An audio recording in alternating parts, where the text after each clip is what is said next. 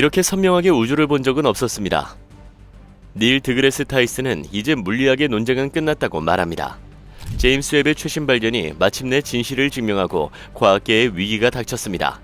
낡은 이론을 버리고 우주의 진정한 본질에 대한 새로운 가능성에 주목할 준비가 되어 있지 않은 사람들은 앞으로 과학에서 나쁜 손을 잡게 될 것입니다. 제임스 웹 망원경은 이제 완전히 새로운 과학의 문을 열고 있으며 우주의 무한함을 밝힐 수도 있습니다. 제임스 웹은 인류가 만든 가장 놀라운 과학 도구 중 하나입니다. 이 우주망원경 덕분에 우리는 우주의 탄생 시기까지 거슬러 올라갈 정도로 먼 과거를 볼 수 있게 되었지만 뭔가 잘못되었습니다. 이 은하들은 우주의 초기 개발자와 같은 것이거나 빅뱅 이론이 틀렸거나 둘 중 하나입니다. 상상해보세요. 초기 단계에 불과했던 은하가 성숙한 성인 은하처럼 보인다고 말이죠. 제임스 웹은 빅뱅 후 2억에서 3억 년이 지난 후 천문학자들이 아주 오래된 은하에서만 기대할 수 있는 방식으로 매우 복잡하고 구조적이며 별들로 가득 찬 은하를 12개 이상 발견했습니다. 이러한 발견은 이전에는 어둠 속에 있던 우주의 시대를 밝히고 우주론의 기초를 시험하는 계기가 되었습니다. 제임스 웹은 과학적 위기를 일으켰다. 타이슨의 말을 이용합니다. 그것은 위기입니다. 다시 한번 설명하자면 표준 우주론 모델은 우주의 시작부터 현재까지 우주의 발달과 구조를 설명하는 이론적 틀입니다. 수십 년 동안 이 모델은 고전 물리학의 기본 법칙, 알버트 아인슈타인의 상대성 방정식 및 현재 우주에서의 관측을 바탕으로 나침반 역할을 해왔습니다. 그러나 JWST가 제공한 데이터는 이 모델의 예측을 벗어난 현상을 드러냈고 이제 과학자들은 재앙에 직면하고 있습니다. 전 세계 천문학자, 우주론자, 물리학자 커뮤니티의 대부분은 우주가 빅뱅으로 시작되었고 그 이후 계속 팽창해왔다는 데 동의합니다. 그 사이에는 젊은 우주에 별이 없던 암흑의 시대가 있었습니다. 그러다가 최초의 광원이 등장하고 점차 별이 생겨나면서 처음에는 느슨한 성단이, 그 다음에는 우리 은하와 같은 복잡한 은하가 형성되었습니다. 이제 빛이 전혀 없고 주변에 아무도 없었으며 아무도 이 사건을 볼 수 없을 것이 분명한 상황에서 연구자들이 어떻게 빅뱅을 결정할 수 있었는지 궁금할 것입니다. 그들은 은하의 움직임과 특정 힘의 작용과 같은 모든 현재 현상에 대한 그림을 그렸습니다. 그런 다음 시나리오를 다시 시작점으로 계산했죠. 하지만 문제는 시작이 있었는지 아무도 확실하게 알지 못한다는 것입니다. 타이슨의 말을 인용합니다. 우리는 우주의 정확한 나이나 크기를 알지 못합니다. 왜냐하면 우리의 추정치가 2배나 틀릴 수 있기 때문입니다. 따라서 과학자들은 이론의 모든 값과 크기가 오류를 일으키기 쉽다는 것을 알고 있었습니다.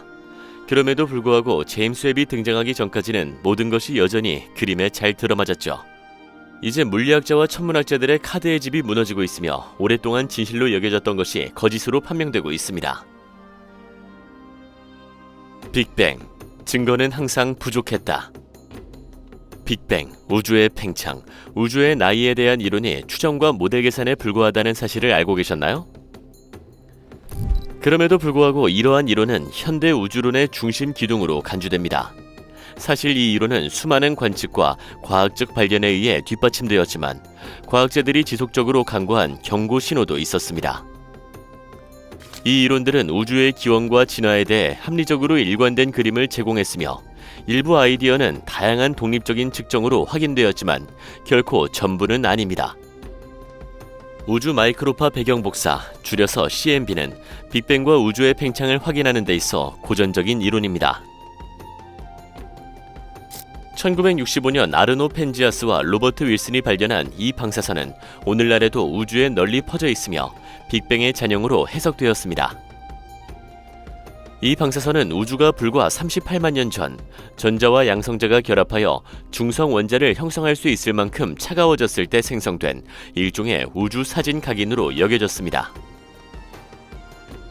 하늘 전체에 걸쳐 거의 완벽하게 균일하고 미세한 온도 변동이 있는 CMB는 빅뱅을 확인했을 뿐만 아니라 우주의 구성과 진화에 대한 중요한 정보를 제공한 것이 분명합니다.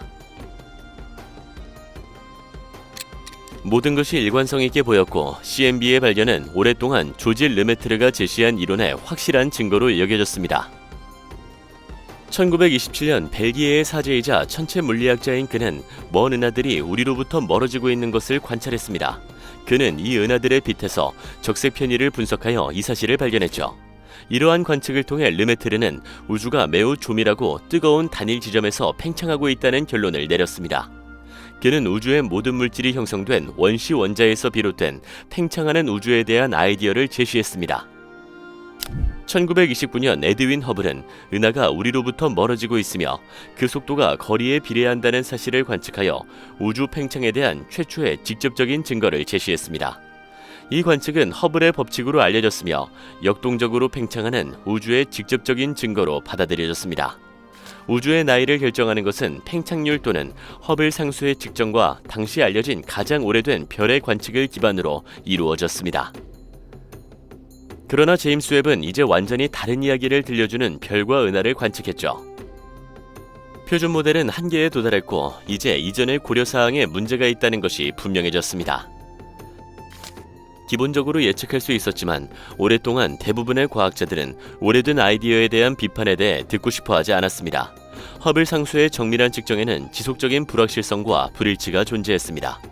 주변 은하에서 세페이드와 초신성을 관측하는 방법과 CMB에서 얻은 값을 비교하는 등 다른 방법을 사용하면 약간씩 다른 결과가 나옵니다. 이러한 불일치는 사실 우주의 역학에 대한 이해가 불완전하다는 것을 나타냅니다. 측정 오류, 우리는 그것을 믿고 싶지 않았습니다.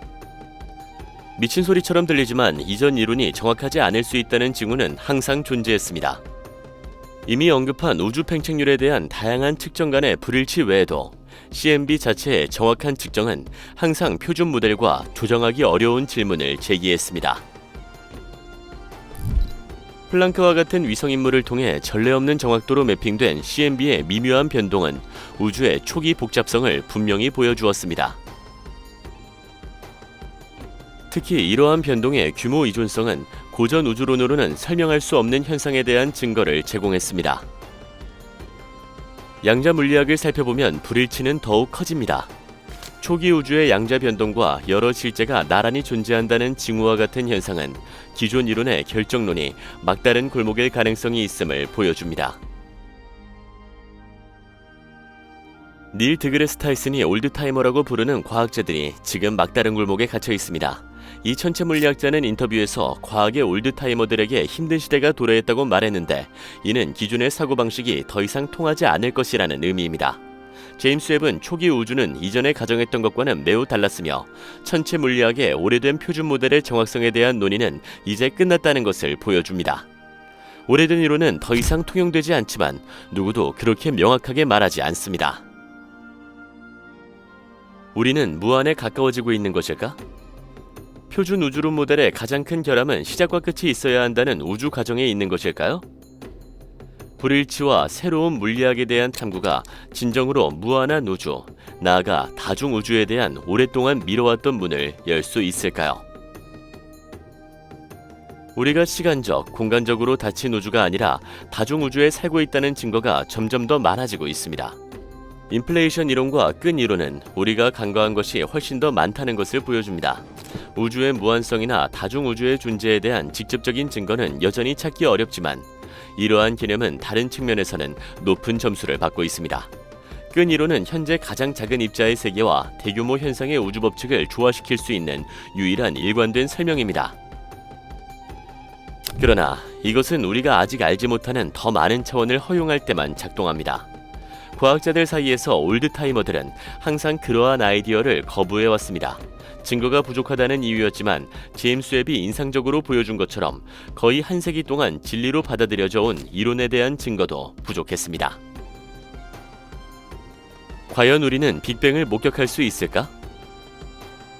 대부분의 사람들이 간과하는 것은 138억 년 전으로 거슬러 올라갈 가능성이 점점 커지고 있다는 사실입니다.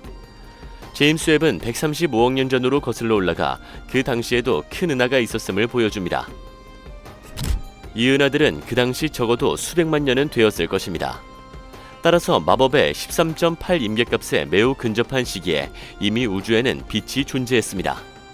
과학자들은 우주가 오랫동안 암흑으로만 존재했다고 생각했는데 이는 빅뱅을 되돌아보는 것을 완전히 불가능하게 만든 가정이었음을 잠시 생각해 보시길 바랍니다. 우리는 빛의 흔적을 수집하고 해석하거나 CMB와 같은 방사선에 의존할 수 있을 뿐이었습니다. 그러나 이 아주 오래된 은하들이 우주가 아직 젊었을 때 이미 많은 별들이 있었다는 것을 지금 우리에게 보여주고 있다면 우리는 여전히 더 오래된 은하를 찾을 수 있어야 합니다. 우리는 우주가 시작되었을 것으로 추정되는 정확한 시점에 천천히 접근하고 있습니다. 138억 년 전에 이미 준비된 은하가 밝게 빛나고 있었다면 빅뱅은 일어날 수 없었을 것입니다. 우리가 이것을 할 수 있는 것은 시간 문제일 뿐입니다. 제임스 웹은 더 오래된 은하의 이미지를 점점 더 많이 제시할 것이고, 과학은 우주의 과거에 실제로 무슨 일이 일어나는지에 대한 더 많은 단서를 얻을 수 있을 것입니다. 지금까지의 충격적인 발견은 제임스 웹이 임무 초기에 촬영한 한 장의 이미지에서 연구자들이 도출한 것입니다.